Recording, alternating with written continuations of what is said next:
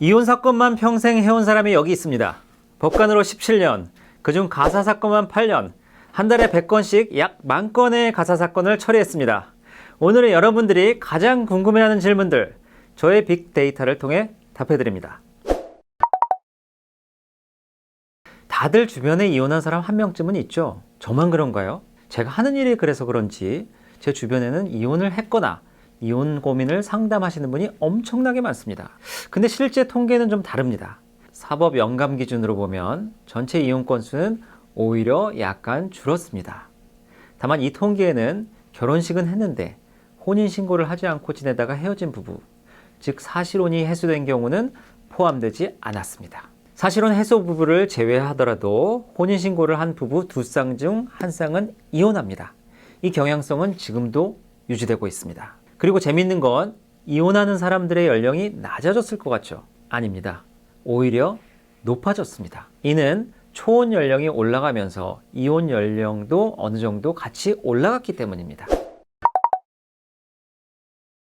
1만 건 이상의 사례 분석을 통해 알려드립니다. 5위, 경제적 문제. 4위, 시댁 식구나 친정 식구 등 배우자의 원가족과의 갈등 문제.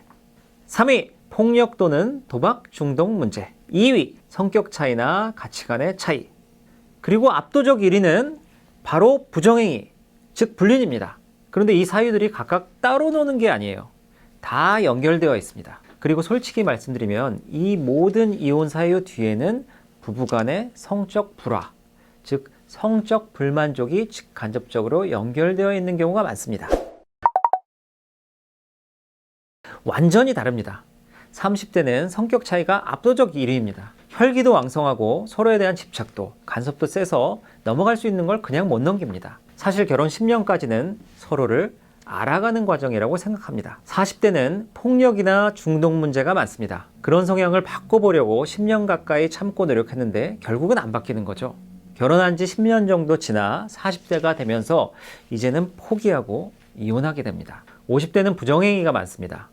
자녀들이 다 커서 개인 자유 시간도 생기고 또 외부 활동도 늘어나면서 이성을 만날 기회가 많아집니다. 그리고 60대 이상이 이혼할 때는 사실 별다른 이유가 없을 때가 많습니다. 살 만큼 살았고 그래서 지치고 그냥 질려버린 것입니다. 상담을 하다 보면 옆에 있는 그 배우자의 숨소리도 싫고 그 익숙하고 특유한 냄새도 싫다고 합니다.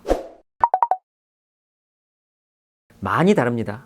요즘 젊은 부부들, 상대가 바람 피우면 자기도 맞바람 피웁니다. 옛날처럼 혼자 끙끙 앓고 있거나 참고 용서하는 경우가 잘 없습니다. SNS상에서 기혼자임에도 대놓고 다른 이성에게 플러팅하는 경우도 많고 기혼 썸방도 많이 봤습니다. 불륜을 들켰을 때도 창피하거나 당황하기는커녕 에휴 제 속에 걸렸네 하면서 배우자에게 그냥 헤어지자, 얼마면 조용히 넘어갈 수 있겠니?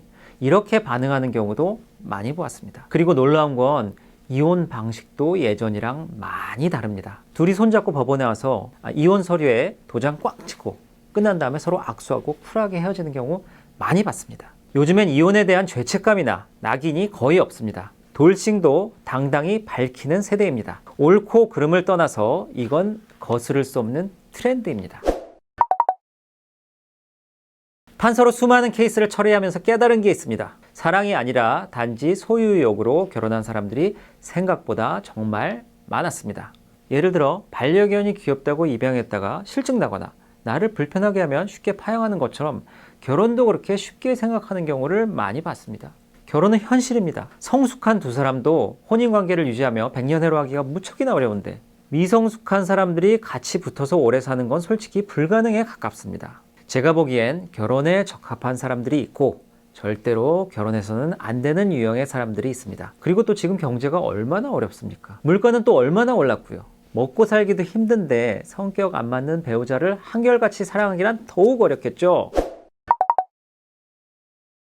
단호하게 말씀드립니다. 부정행위입니다. 바람을 안 핀 사람은 있어도 딱 한 번만 피우는 사람은 없습니다. 부정행위는 습관이고 질병, 기호 없는 병입니다. 절대 안 바뀝니다. 용서해줬다가 또 당한 사례 저는 수도 없이 많이 봤습니다. 무릎 꿇고 비우는 배우자 절대 믿지 마십시오. 그 다음은 중독과 폭력입니다. 사실 이건 꾸준한 상담과 노력으로 바뀌는 경우도 보긴 했는데요. 하지만 그 과정을 옆에서 오랫동안 인내하면서 기다려주는 게 그게 보통 일은 아닙니다.